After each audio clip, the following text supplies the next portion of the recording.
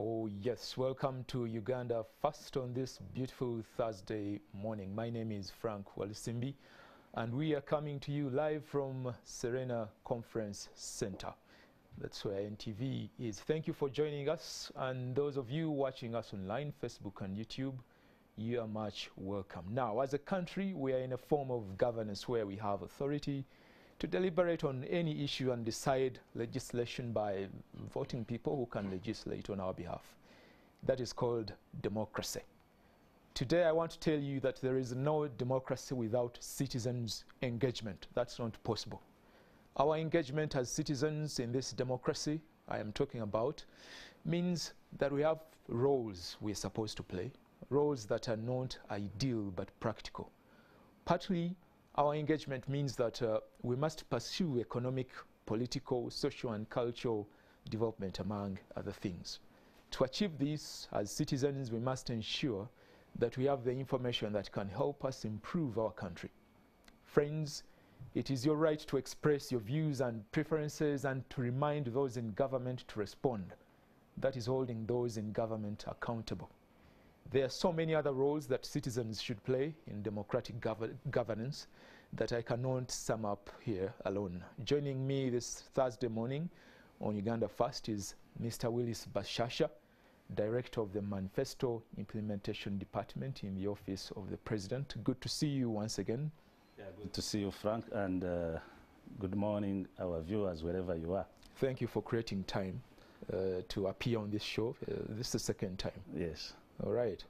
Good to be here, and thanks for the last 3 months we talked.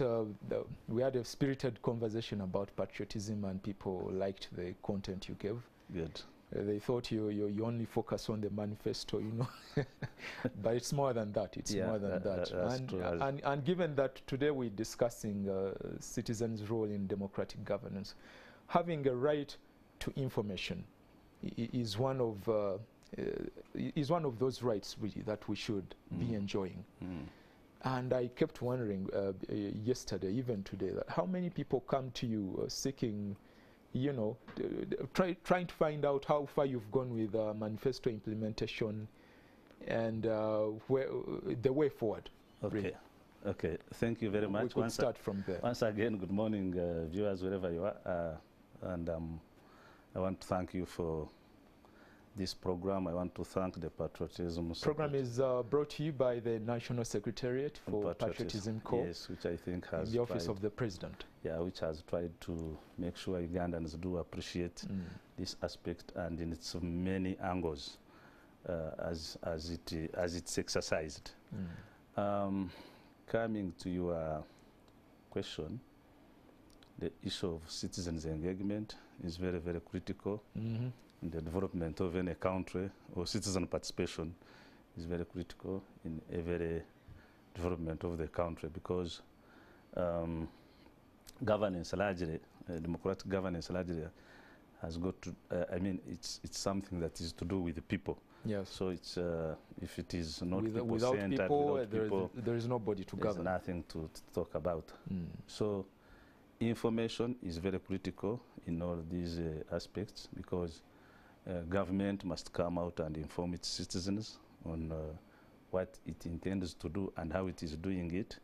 And also citizens have a right to know how far we have gone, and they also have the right to ask where probably things are not going well. So as far as my office is concerned, the starting point is during campaigns, when we inform these citizens that these are the intentions we intend to do. And this is something that is expressed by all those who are competing for power. And then citizens make a choice. And then from there, the party that wins, when it forms government, now part of the message forms the blueprint for service delivery. Now in that respect, it is incumbent on either party. The government must continue to update its citizens on how far we have gone on the journey, on that social contract journey for the 5 years. But it is also important that citizens also get to know how far we have gone. Now, I will say that there are different types of stakeholders in this chain whom we share this data, and these ones, of course, from time to time will be interested. They keep checking on you. Yeah, to find out they keep checking on me, either in form of reporting how far we have gone, because me, I track the progress. I'm not an implementer myself.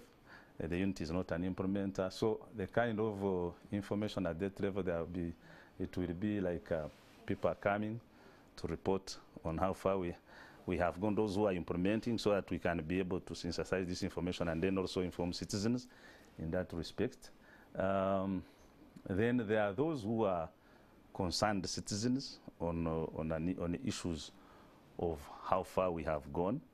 This could be maybe members of parliament who would want to know certain promises within their areas of locality. Certain projects have not taken off.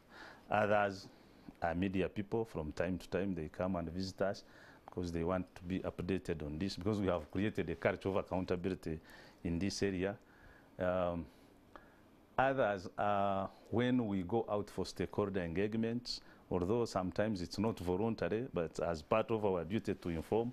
Then through that we are able to see people also coming to ask a few questions, which I would say for purposes of validation. You know, you could be saying we have this information, a seed school is being constructed here, but the person in that local government says, no, this is not there, doesn't exist.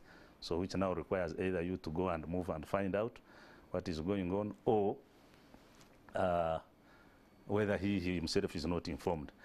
Of course, with this is that the citizens must also pick interest in what is going on. They either have to read or also appreciate the events as they are going. So that also arms them better to know and to also start asking or approaching government offices in trying to find out what is going on if they are really informed. But you see, in most cases, many of our people, I want to say this, that they don't read, they don't bother to seek information, and they will always want to blow things out of proportion before even they have found out how the facts are. Yes. And that also causes sometimes misunderstanding along the way the information should be managed or communicated. But large and by, since I'm not directly into implementation, I wouldn't just claim that I have many people come to me, but I know many people go to these offices where those who are responsible for implementation. I believe there are many more. You know, we the citizens, which word can I use? The local ones. The Montua ones, we not cooperate and what have you. Sometimes we fear to come to these offices where you sit. And that is a barrier, by the way. Yeah, I know, but you see... You know the questions you have to answer. Even going down to local... Did you make appointment? Did you do this? Did you... Yes, even going... That's now those who want bureaucracy. Even when you go down to local governments, where most of, if I may say, like 70% of the implementation of the service delivery is done, you will find that still citizens are not sometimes interested to know issues that affect them in that respect. I have been a chairperson of a local government, and I'm sharing this with you from an informed point of view. I'm saying that when the development plan, for example, is passed through the council, and you find that, for example, in this quarter, you are going to handle this community access road of a given sub-county, we write to and inform the sub-counties that your community access road will be informed. And the sub-county leadership is supposed to post this information on their notice boards to inform citizens that this is happening. But sometimes you'll find that maybe like now that we have a situation where there are a lot of rains, maybe some people from somewhere else are coming up and agitating. We're knowing that you see, you cannot handle all these roads at once. And the information is already out that we'll be handling community access roads of a given sub-county, but maybe because the other one is in a very bad state. In a bad state by virtue of terrain, and the rains have hit it harder than the one you are planning to handle, they will definitely come out and start expressing this kind of discontent.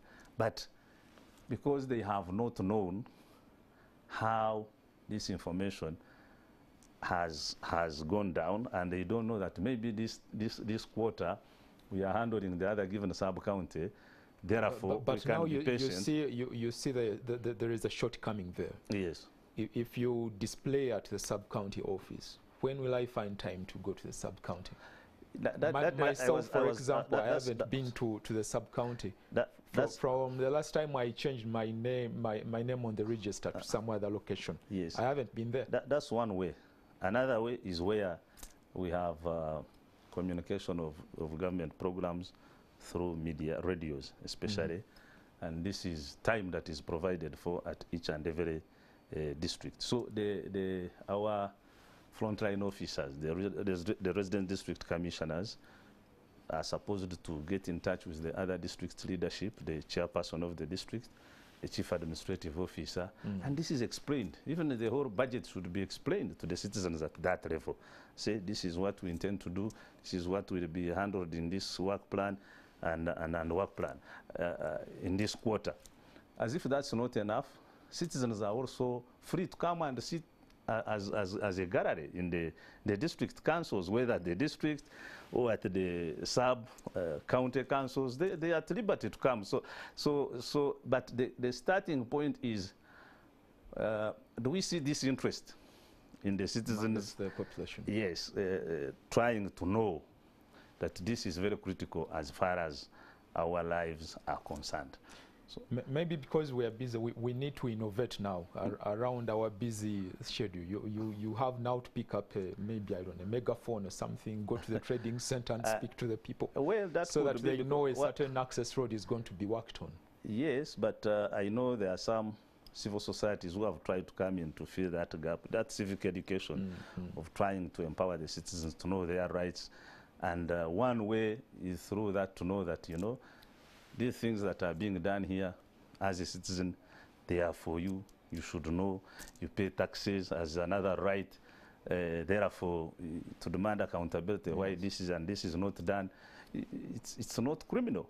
But you see, what happens in this instance is where you find that some people are agitated, even when information is there and is available, but now they want to use it for other reasons. And in that case, definitely there will be some regulation in the way the information is used or disbursed. Probably they might have a thought that priorities are favoring, you know, a certain group and not favoring another. Yeah, well, that can be there, but also I can say that we need to up that game as government also to make sure that a lot of information is given to people, because I have seen it in my own experience within this area that I am, when we started coming up and disbursing this information on what government has done in terms of the commitments. You know, you would even be in areas and you tell them we have now a full-fledged airlines and the planes are here. Somebody will tell you, no, you are lying, planes have never come. But so you can see that kind of thinking. So I think it is also incumbent upon us as government to up our game in terms of communication.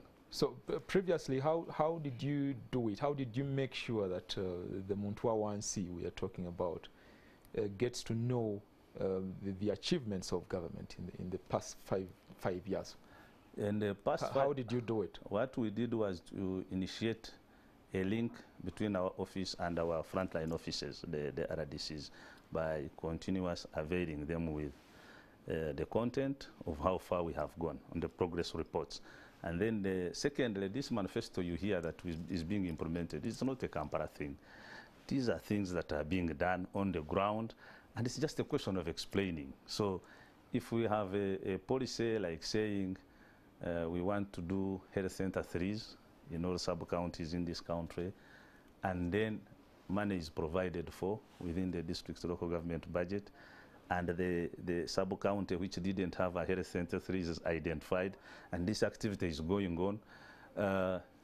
Now, that's what exactly we are saying, and it needs to be explained that, you know, in this sub-county, this health center 3 you see is a result of this commitment being implemented across the country. So we had to definitely move from the center, apart from like these interviews that I do here, get down, do stakeholder engagements at local governments, and also try to tell them that, you see, this manifesto is not in Kampala. It is here. If you are doing a seed school here, if you are doing this, every district of this country most likely has, most of them have a tarmac road which is going on, either established within that period. And it's a question of telling them that this is this road that you are, this tarmac road that is being either upgraded or constructed, is one of the commitments that were made at the level of campaigns. We are in a situation where so many people pick on the negative, and you know, they run with it and throw it here and there. I don't know, how can we even mitigate that? Because you talk of a seed school, you talk of a health center, yes. Somebody will pick on a story of somebody in a government office that stole money. Well, large and by, and that the negatives are also, can be also contextualized. But the starting point is that probably we have not communicated as much as possible as far as to match what we have done. So we leave some gaps.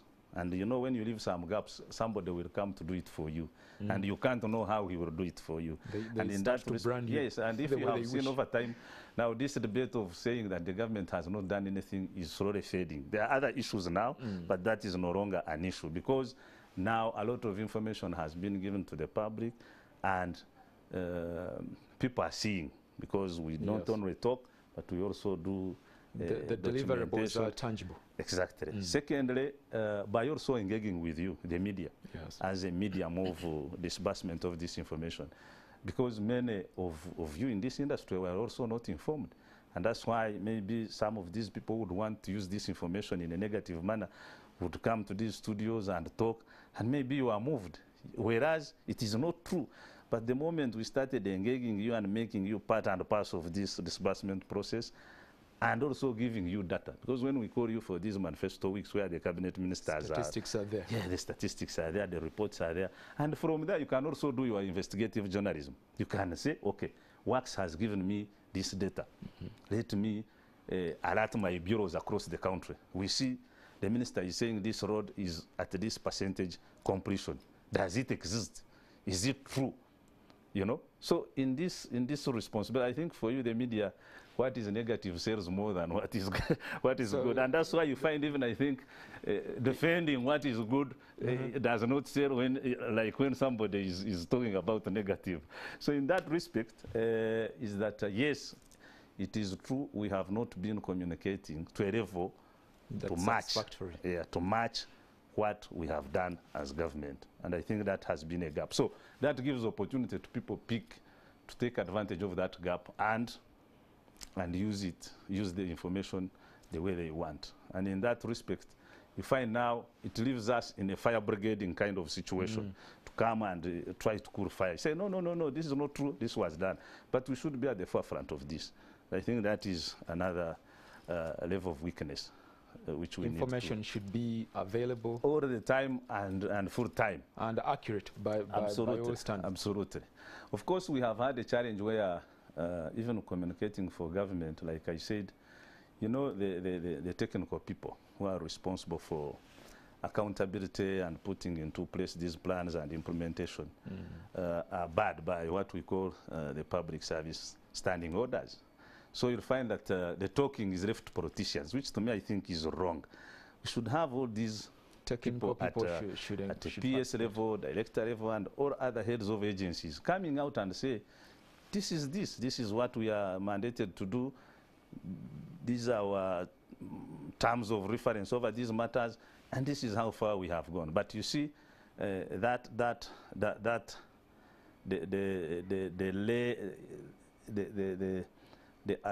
lying behind that that standing order that bars civil servants from talking to the public, to me I think is out-fashioned. So I think that we are living in a world where information is very critical. So sometimes in newsrooms it is a big problem because you want this information from a technical person and they tell you, no, the PS doesn't address. You're given somebody who is not sure what they are trying to communicate to you, and sometimes you make a mistake here and there. I know. But we're coming back to that in the next part. We're going to discuss going forward, how can government strengthen this right of citizens to access information? Because where we're going, it will be even much more. Yeah, the right to access information is not like a denial. It's given, it's there. And I even think there are laws to support that framework.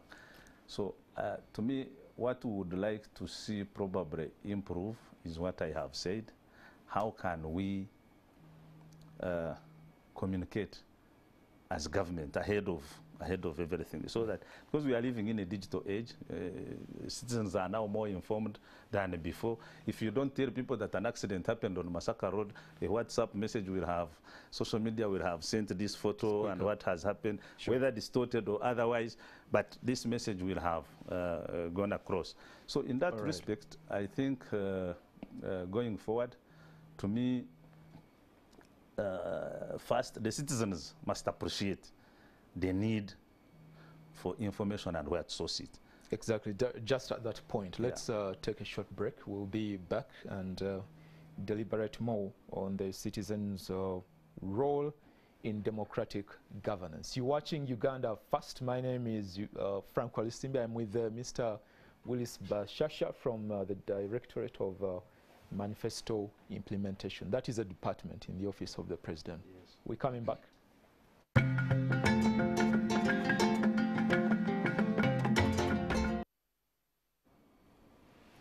All right, if you're just joining us, you are watching Uganda First, brought to you by the National Secretariat for Patriotism Corps.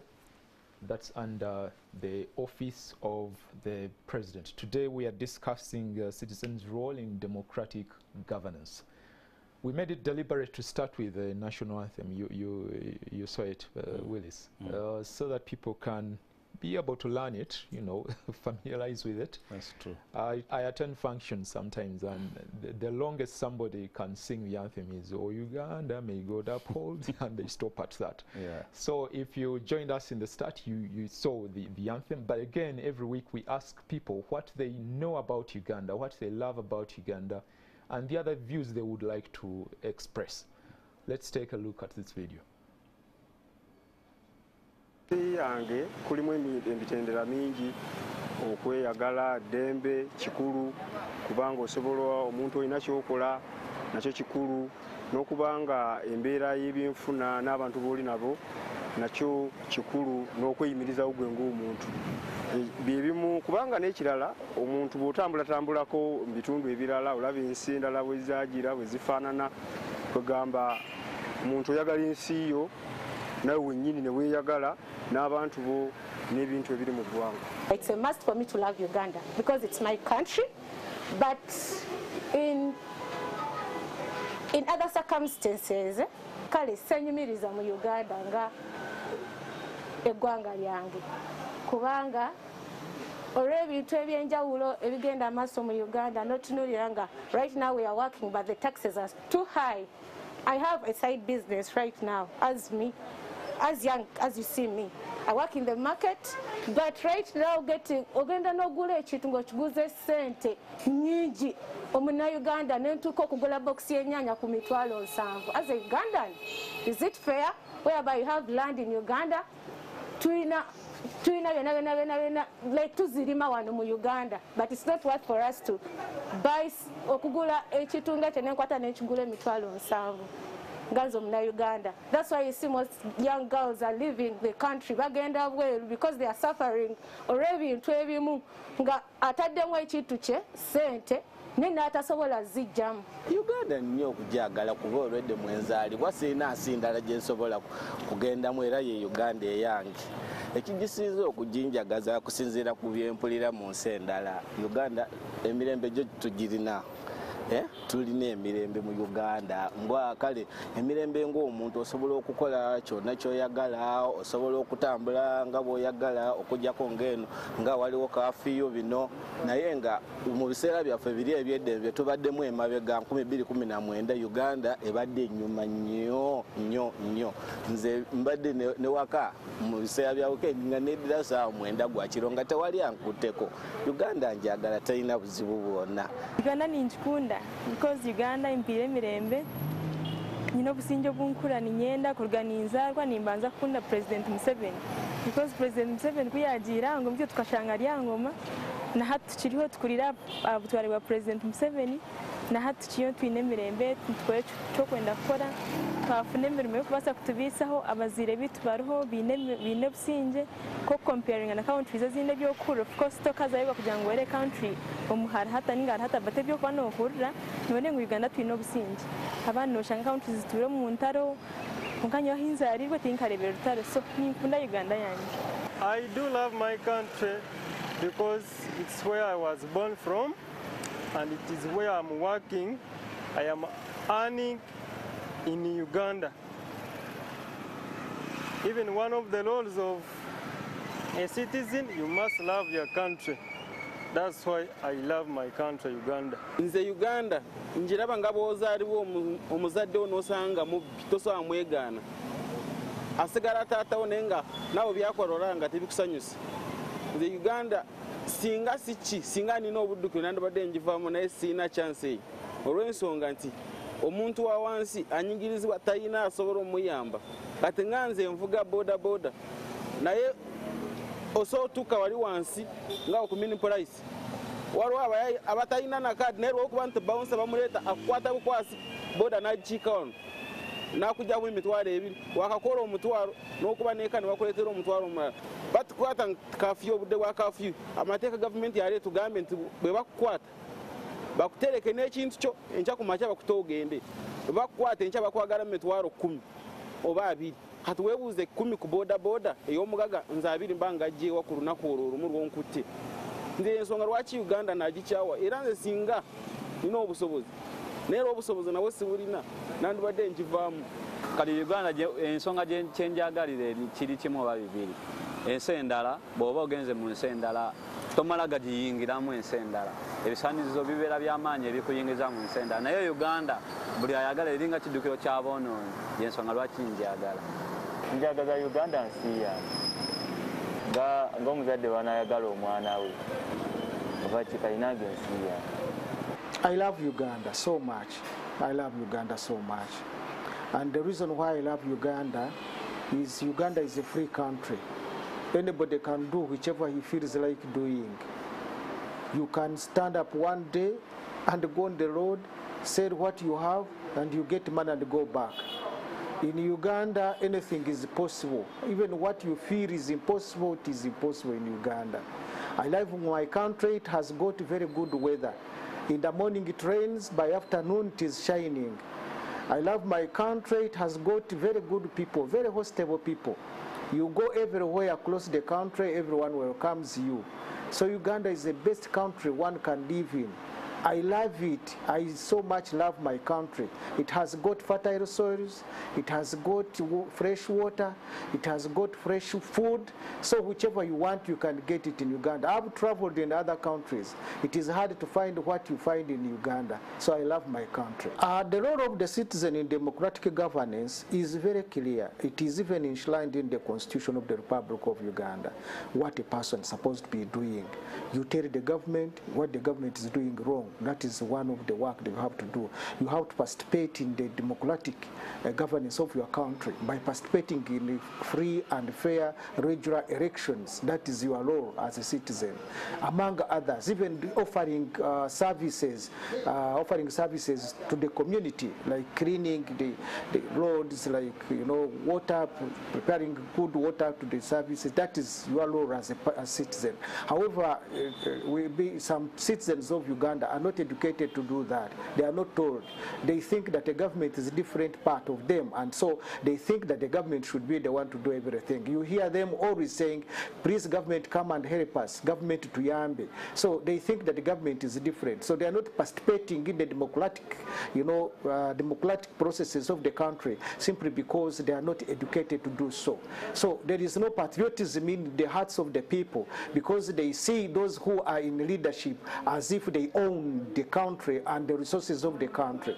Democracy is not entirely, entirely in the people's hearts. So they look at democracy as if it is being owned by some individuals. So as such, the government of Uganda and the people themselves are not participating fully as per their role and as enshrined in the Constitution of the Republic of Uganda. Some of the Ugandans we spoke to just some 2 days ago about generally what they think about Uganda. You've had some of them saying, I wish I had the capacity, I would change nationality, but I can tell you there is nothing as expensive as changing nationality. Of course. I hope he wasn't saying it's about appreciating your country, making sure that it is better than it was yesterday, I think.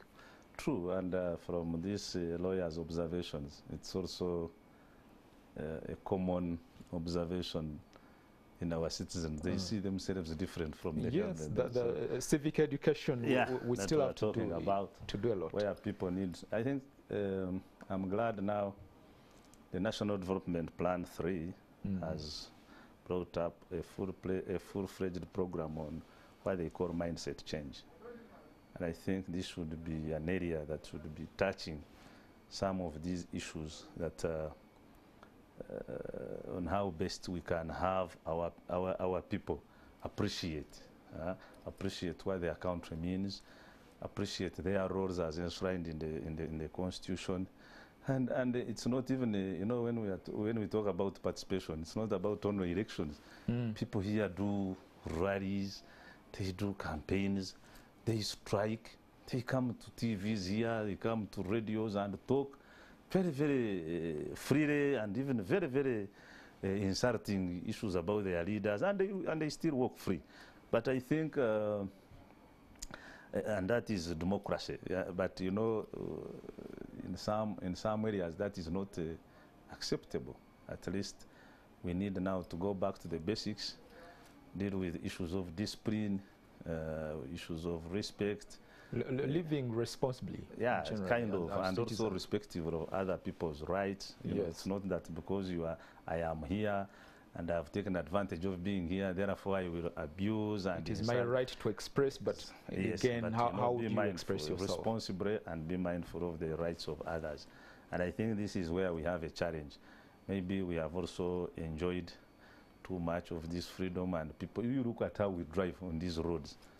Very, very disrespectful. Most of the traffic jams are even caused by the behaviors. It's a behavioral issue. It's not sometimes it's not a road design issue. It's not a structure of the road, but behavioral, the way we conduct ourselves. Because everybody wants to be there first. The border coming from so somebody was telling me, could it be a lack of common sense that is reigning in Uganda? What is going on? Kind of. So I think it's high time and the sense of we reflected deeply. Self-entitlement. Yes, as citizens, and see, that even when we may be belonging to different tribes, because that's also another rich issue in a given country, to be diverse,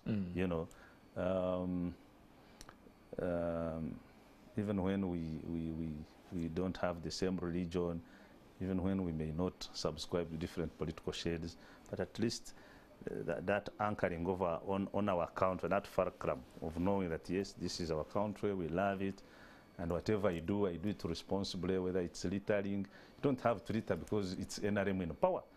Yeah. Yeah, after all, this is NRM. It is your road even tomorrow. Exactly. It's your environment. Exactly.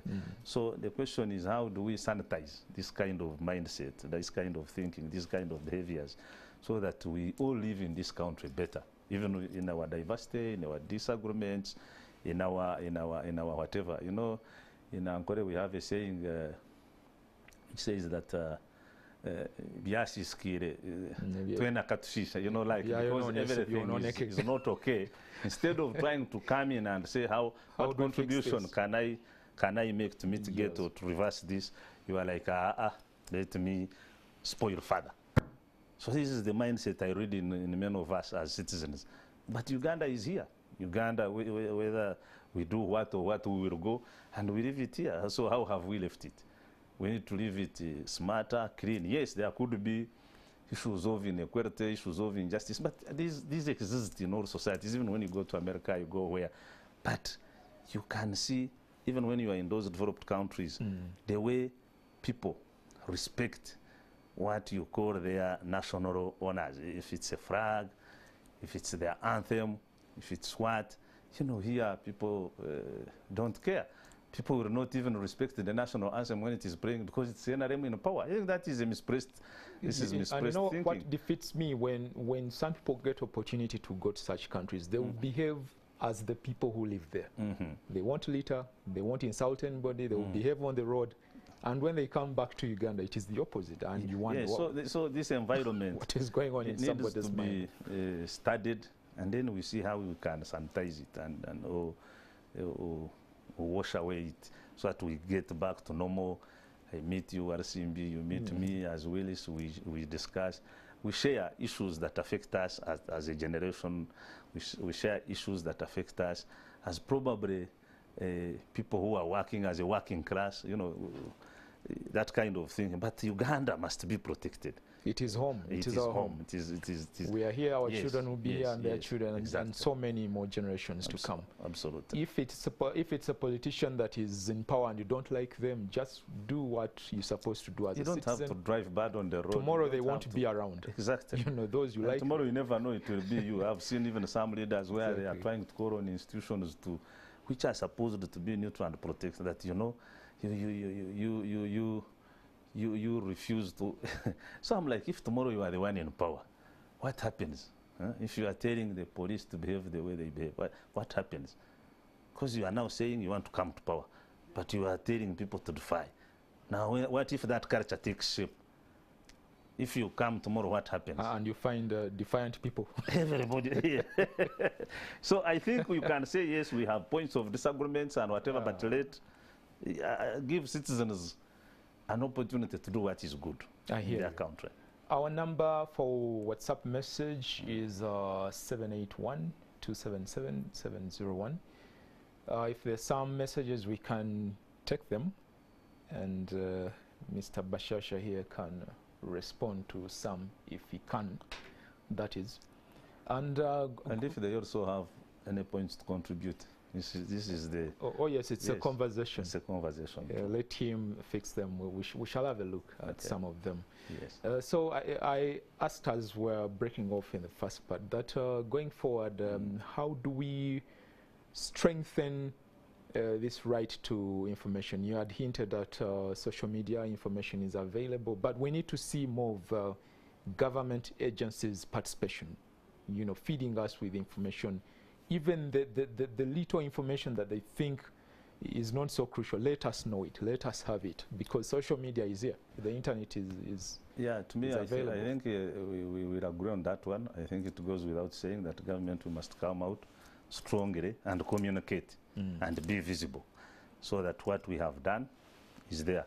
But it is also important that the citizens also know what is it that is going on, so that they don't ask blindly, they don't just pick on issues because it is Wills in that office and you disagree, and therefore you think whatever he's talking about or doing is not okay or should not be told. And of course the culture of reading, which I think is a big challenge within us as citizens. We need to apparently, in my little research, much as people don't read as much as would expect, but people are they're migrating to video, they're migrating to visual. And if you realize messages that have a visual beat in them on social media, that's true. Yeah, So that kind of messages is consumed. That's okay, because that will be a methodology. How do we communicate? Do we because if you put something, a PDF there of 230 pages, not many people are going to peruse through it. I agree with you. The visual effect has a much bigger impact than the print.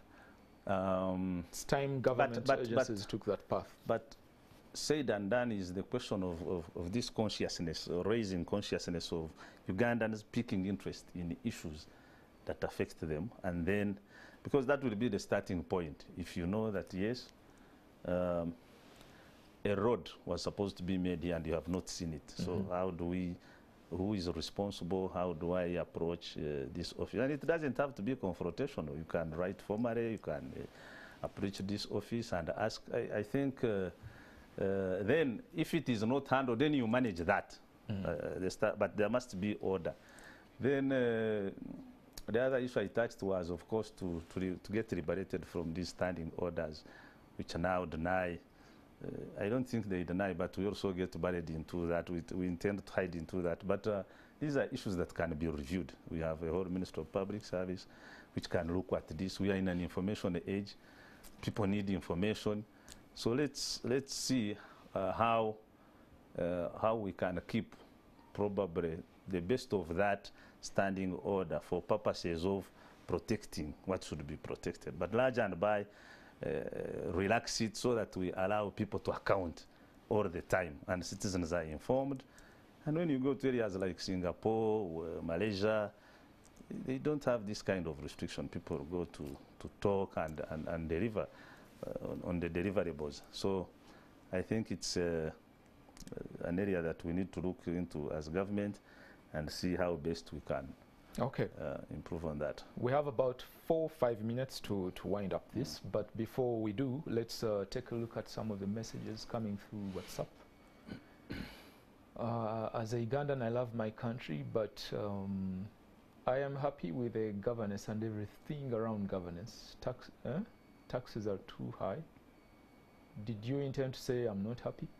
Taxes are too high, security is very poor, corruption is at every government office, employment is restricted. Okay, I love Uganda. I'm optimistic that one day I'll work in government and make my country shine international. All right, but you don't need to be in government, surely. These people who make us shine don't even make your contribution. They don't sit in any elective office or government taking offices. I have a question. So how can I love my country when everything in the country seems not right? For example, corruption is whitewashed off as connections.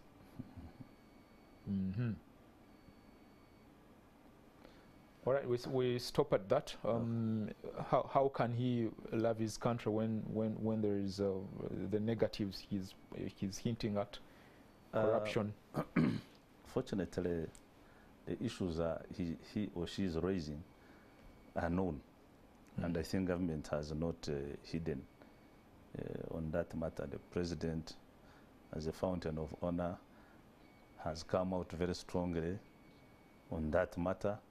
And to me, this issue of corruption will not be solved through pointing fingers. I think all of us as citizens, we have a responsibility to do. All of us as citizens, we have a responsibility to do. We will not solve this issue of corruption and some of these problems that they were highlighting through finger pointing. It is not to be like, it's you who is going to finish this. No, I think we have a collective responsibility. We need a collective attack. Wherever you are, do good.